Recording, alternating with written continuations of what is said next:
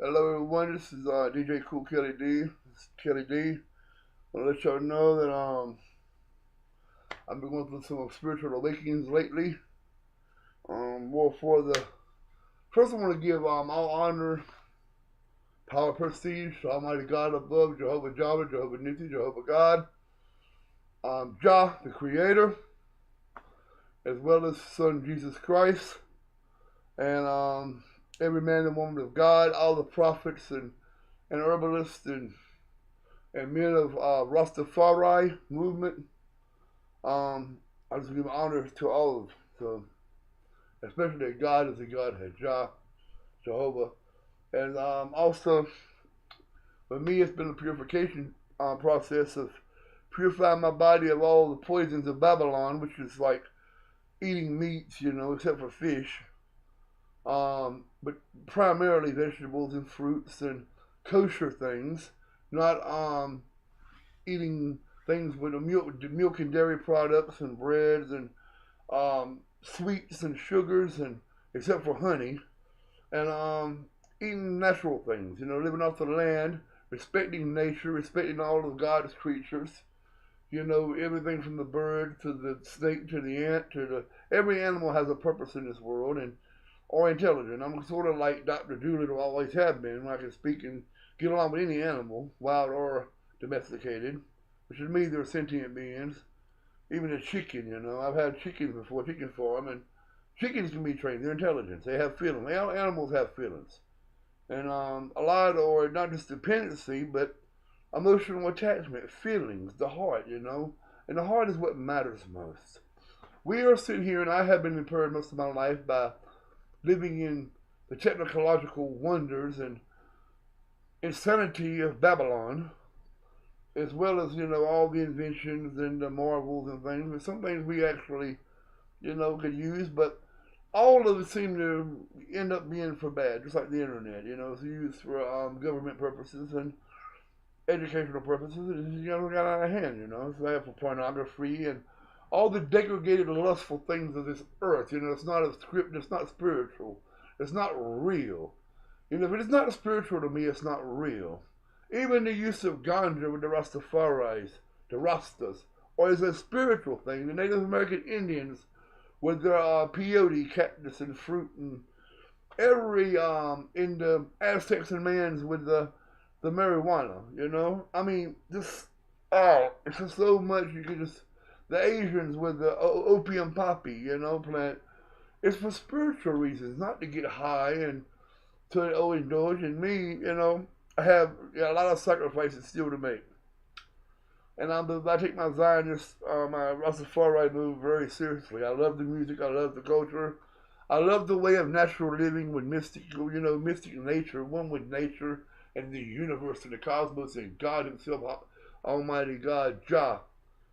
And a lot of Rastas, believe in the Holy Trinity, but I myself, I kind of adhere to that because it has worked for me, and it's something that I have seen miracles that I have witnessed um, things through. Real life. I mean, as far as the good and the bad, seeing anything from demonic possession, which is bad, to the good, which is to being able to pray for your enemies and make your enemies your footstools, and not being, an angry, embittered, misunderstanding person who hates the whole world because of a few bad apples. If you have a few bad apples in a basket, or all of them are really bad except for maybe one or two, take those one or two apples that's really the Granny Smith apples. I'm gonna keep at least two or three of them that's good and eat them. But we have to, remember that all of our cultures and the all the tribes, different tribes of people, I don't say races, but different tribes of man. Mine is the tribe of Levi. All the tribes of man have different cultural traits. Like, I was raised up in, black, or you could say African American culture, and, per se the hood. And, because those in partly my family, and European, I guess, descendancy, didn't accept me, and cast me aside. So the African American community, the hood, took me in, taught me to survive on the streets. But I learned also The way I was raised was an aggressive way. You hear? And people always say, well, I don't understand. I don't like black folks. I don't like white black people because they're aggressive and they're loud. Well, hey, after years of repressiveness and things, and situations with living and conditions of living, due to what the government can sustain you with, and two, the lies we've been told by the Roman Catholic Church. I mean, what can you do? Oh, yes, those days are over with the yes, sir, master. Nobody has to work in cotton fields anymore. No one has to prime tobacco anymore. And living in a dirt floor shack, and two, be treated worse than animals should be treated. I think any man who will bind another man and beat him mercilessly, worse than he would an animal, is a condemnation to hell anyway. I would never. In war, in actual war, you have to defend yourself. But when you leave things to God Almighty, the Creator, the God, in Jesus, in His hands, being the great mediator He is, and a great lawyer, and He, the one that goes before God for us. Those things, you give it to God. Hey, what comes around goes around. So this is just the old cycle, And people always want you're loud, you're aggressive. Hey, people always tell me, well, I don't trust you. You're a white dude, Hey, I know what I am. I'm Native American Indian. I'm Caucasian, and I'm Sicilian, and I'm got some Jewish in me, and and Europeans and Spanish as well. I got a mixture of blood types in me. They used to call me Mudman in school. The racist children did when they would trash me and traumatize me and bully me until it was put a stop to it. But I don't say y'all don't trust you. You're a white dude. Y'all are selfish, lazy. No, even with black, if you don't understand someone for their cultural thing, Rastafari. Everybody's entitled to their own cultural pride, I see nothing wrong with black pride or white pride or Spanish. To me, Spanish people, these Mexicans, they talk about migrants and stuff. These people take the jobs the Americans don't want and do it, with no problem for a low price because Mexico is a poor country. I have no problem with Mexico. I love Mexican Spanish food. I love salsa. That's like my wine. My drug of choice is salsa, hot peppers. Even I got to sacrifice, and one day I can't, eat tacos and stuff, which I love them now. I'm trying, like I said, I'm just in the process of doing what I'm doing, have a spiritual enlightenment and awakening. But yeah, these people, they stick together. Just like African American families have family reunions, and a lot of, and even some white people do. Lower, blue collar and below. White collar. Or what do you say, per se, quote unquote. It seems like the ones that are statistics that, are taxpayers of a low taxpayer statistic that are numbers, to the government and numbers to the Illuminati, nuclear war breaks out, oh well, let them all burn, there's more people here and there, or, to sustain, a new, whatever. Anywho, my thing is with that, is that we all have, we all can be, I believe change is good. And people can be changed. I can be changed. I used to be a very sick, twisted individual, very bitter, mixed up from a traumatized individual. But now I'm finding peace in my spirituality, peace in myself, and acceptance of myself. And all this categorizing different peoples and stuff and placing blame is what I want to get to, my point. Why place blame even with yourself? It happens, it happens. Shit happens, species happens, doo-doo happens, things happen, life experience happens. Life happens, and then death happens. You live, you die. But your choice of eternal life is up to you. Either salvation or death or eternity, whatever that is misery. So, anywho, let y'all know about that, my thoughts on that, and also that as far as being loud and oppressive, aggressive, oppression can make a person loud and make you aggressive as well when you used to be called out for being different or not just racially call it out, you know, but call it out for being different, you know, being someone like myself who has a different cultural feel that you was brought up to feel comfortable in. When you have people in your own culture that don't want you in your culture, you know, like my own culture now is always been I'm always been a soul man and been in hip hop and stuff and soul music and then have others in my little clique of that, you know, that group that don't like me, don't trust my motives or whatever. But hey, why ask why? Why even want to point fingers to find that out? You know, we're all human beings. We all must, you know, strive to exist in this world. And that's also why I support a lot of mentally ill groups like NAMI, the National Alliance for Mentally Ill. I go to Wellness City Recovery Innovations here in Durham, at Heritage Square. We used to go to See Black Incorporated in Smithfield, North Carolina, which is defunct now, no longer there. I went to Unity House and I went to Chapel Hill. And I went to another clubhouse in Selma, North Carolina. I can't remember the name. All were Fountain House models, like the New York Fountain House, which was the original um, therapeutic clubhouse day program place for people with mental problems, started by Mr. Jonathan Beard's great granddaddy. Jonathan Beard was the director of Threshold, which Threshold was the original clubhouse I belonged to here in Durham. Used to be on Guest Road, but then they moved to what is it? Wellness Village, yes. I can't remember the name of the street, but they're there now. That Threshold, and now I go to Wellness City Recovery Innovations, and I learned there that even though you might not like someone, you still can support that person, you know, and support them in their recovery because we're all in the same boat there. We're all mentally ill. We have issues, you know. Some of us have been taught just to survive and, you know, be happy and exist, while others have been taught to be providers for their family, good husbands, have a job, have a car. Some have been to be excessively wealthy due to their um, upbringing and their education as well as their professions. Those who are like myself, brought up to believe that you're crazy and that something's wrong with you, you're rejected by life and stuff.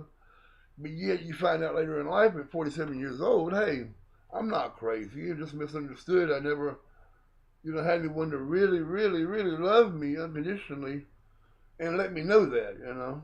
I might have been loved once before by someone, but I didn't know in my heart that it was real like that. Or either I was, you know, too far gone at the time to even realize it. But, you know, also we make mistakes. We can't point the finger at this person and that person, our mom and dads and people around us for what we go through. I might have been bullied and traumatized by bullies in school and teachers when I was a kid, but I can't point the finger at them.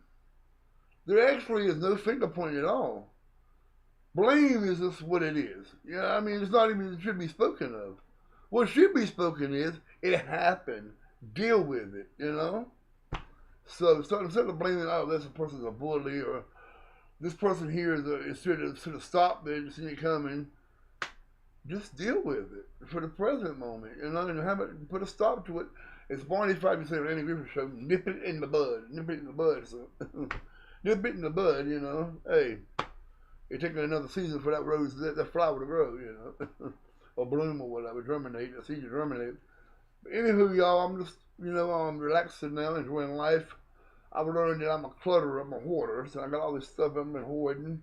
And the reason why I've hoarded stuff because I never really had any friends. I never really had a love life. And I guess all this junk thrift store stuff is basically in yard sale stuff and things been passed down and antique shops and collectible shops or whatever and eBay stuff, whatever I would get is junk here. And you know, one person's junk is another man's treasure, you know they say. It's the medicate and band-aid, you know, some feeling of loneliness I have had, you know, or insecurities, and then to have it all taken down.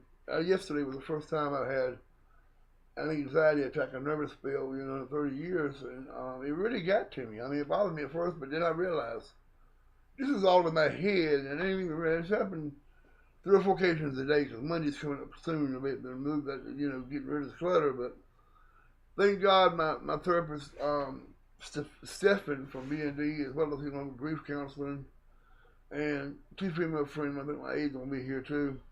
help me to destroy this clutter, you know. And but since I had an anxiety attack, the nervous spell, I started playing my music, you know. And did about 20 minutes, 30 minutes, and then it was gone. But all during this, since then, this morning, I've been having a little, trying to come in, but it didn't leave, you know. It's like, and I knock it out of the way, until it can land on the ground and get back up, and then try to work its way back over to me again. I knock it back down again. So, I mean, that's how it feels. And also, it's good to have some spiritual backup. Anyone can be religious. Anyone can say, they have the Holy Ghost or they're God or, whatever. Or even be in Islam, Muhammad, Allah. Or even be Buddhist, with Krishna, Krishna or whatever. Yet, you pay homage to all, the God above, who is the creator of all. Yesterday, today, and forever, eternity. And I'm going to try to find that for y'all, so I'll tell you, and it says in the passage, Jesus is not the same for today, yesterday. It says, Jesus does not the same, never changes. So hold on. God is the same, Jesus is the same as he was yesterday, today, and forever. Jesus and God never change. That's the scripture I'm saying. I'm kind of sleepy here. But I really want to put all this out there, and board with y'all, and I'll let you know, and I'm growing my hair out pretty soon. I get $85. Sway, I want you to sway your hair to sway. I want you to do my braids for me. And 80 or 85, whatever you said it was, and have my dreadlocks, and my dreadlocks would be nice. And who knows? I might even move to Jamaica, to the Highlands, above Kingston, and there was Rastafari under some of the greatest teachers, And my music that I'm listening to now is reggae, dancehall, And I'm loving it, so.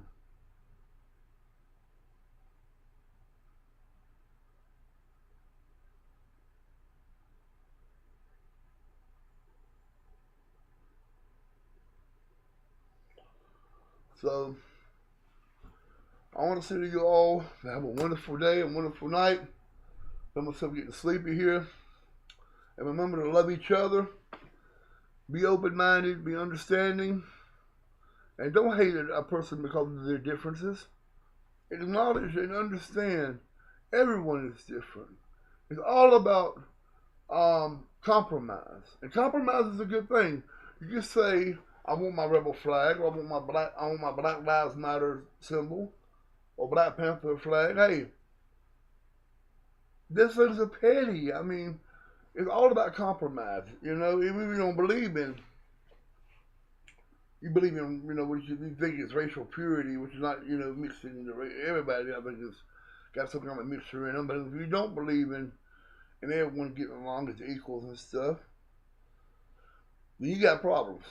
Whether you're white, black, yellow, red, brown, whatever, you got problems. As for me and my house, I'm going to serve the all living creator God, Jehovah Jireh, Jehovah Nissi, Jehovah God, Jehovah Jireh, Jah. Yes.